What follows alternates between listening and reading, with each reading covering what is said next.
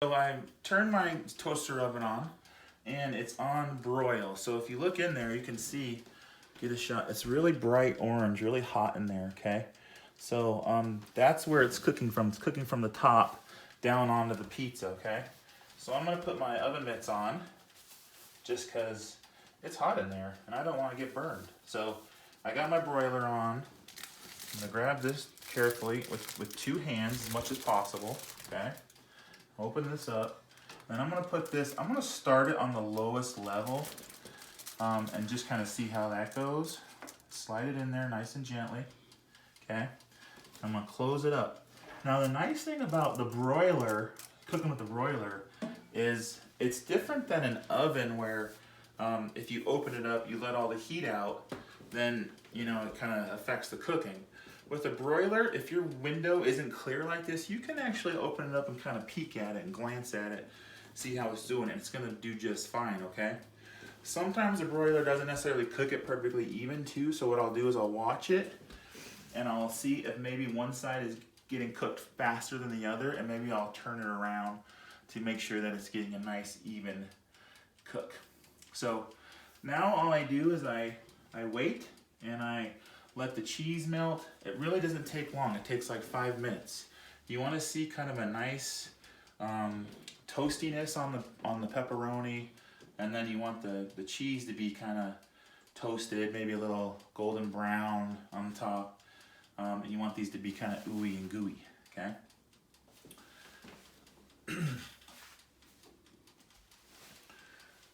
So now we wait. But when you're using a broiler, the important thing to do is not to walk away, okay? It's different than an oven where you can put something in the oven for 20 minutes, set a timer, and walk away. With the broiler, things can burn really fast. So the broiler, when you're using a broiler, you have to stay at the oven and monitor it, okay? So that it doesn't burn, because that can happen real fast, okay? So don't be tempted to walk away and just trust it. When I'm using the broiler, I watch it very closely and make sure that it's not burning, okay? You want to get a shot in there to see what it looks like? That's through the window. And then you can even open it up and take a look at it too. See, the cheese is already melting and the pepperoni is starting to get cooked and yummy looking. So I'm gonna close that.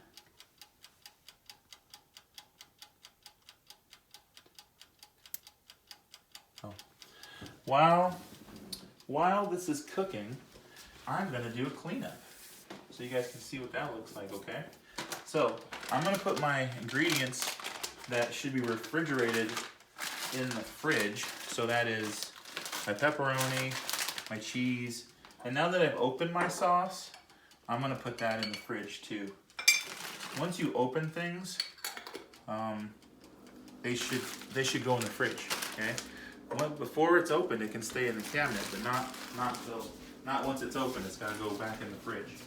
I'm gonna just put these in the fridge. Super crowded, busy fridge. I'm gonna put the foil away.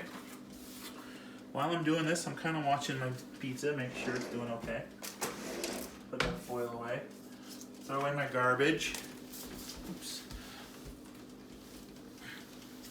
I like to clean while I cook. That way I don't have a lot of cleanup to do when I'm done eating. So I'm gonna put this dirty dish and spoon in the dishwasher.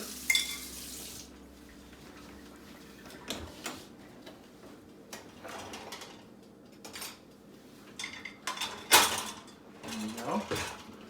We've got this cool magnet that lets us know if our dishes are clean or dirty. Right now they're dirty, so I'm gonna leave them on dirty, okay? I'm gonna get a rag, get it nice and wet, warm, damp. And then I'm gonna wipe the counter area where I was working. Get all the crumbs and any sauce. While I'm doing this, I'm kind of keeping an eye on my pizza. It's looking good. Wish you guys could smell it. It's starting to smell good. Now, I got this pile of cheese here. Should I just like swipe it onto the ground? Let the dogs go at it? they would probably like that, but I'm not gonna do that. I'm gonna wipe it into my hand. It's okay if a crumb or two gets on the ground. So you're gonna wipe all these crumbs into your hand. Get the workspace nice and clean. Take that to the sink. Rinse off your hand, rinse off the rag, hang it to dry. I'll give my hands a good rinse. There we go. And just like that, like most of the cleanup's done.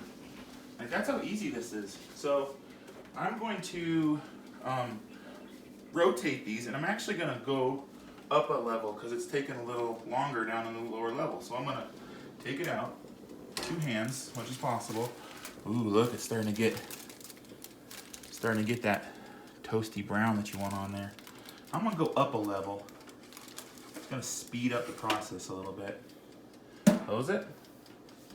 As you can see now, the pizza is up a level, so it should cook a little bit faster because it's really close to the heat. I wish you guys could smell this. It smells really good. This is where you can put some music on, maybe do a little dancing.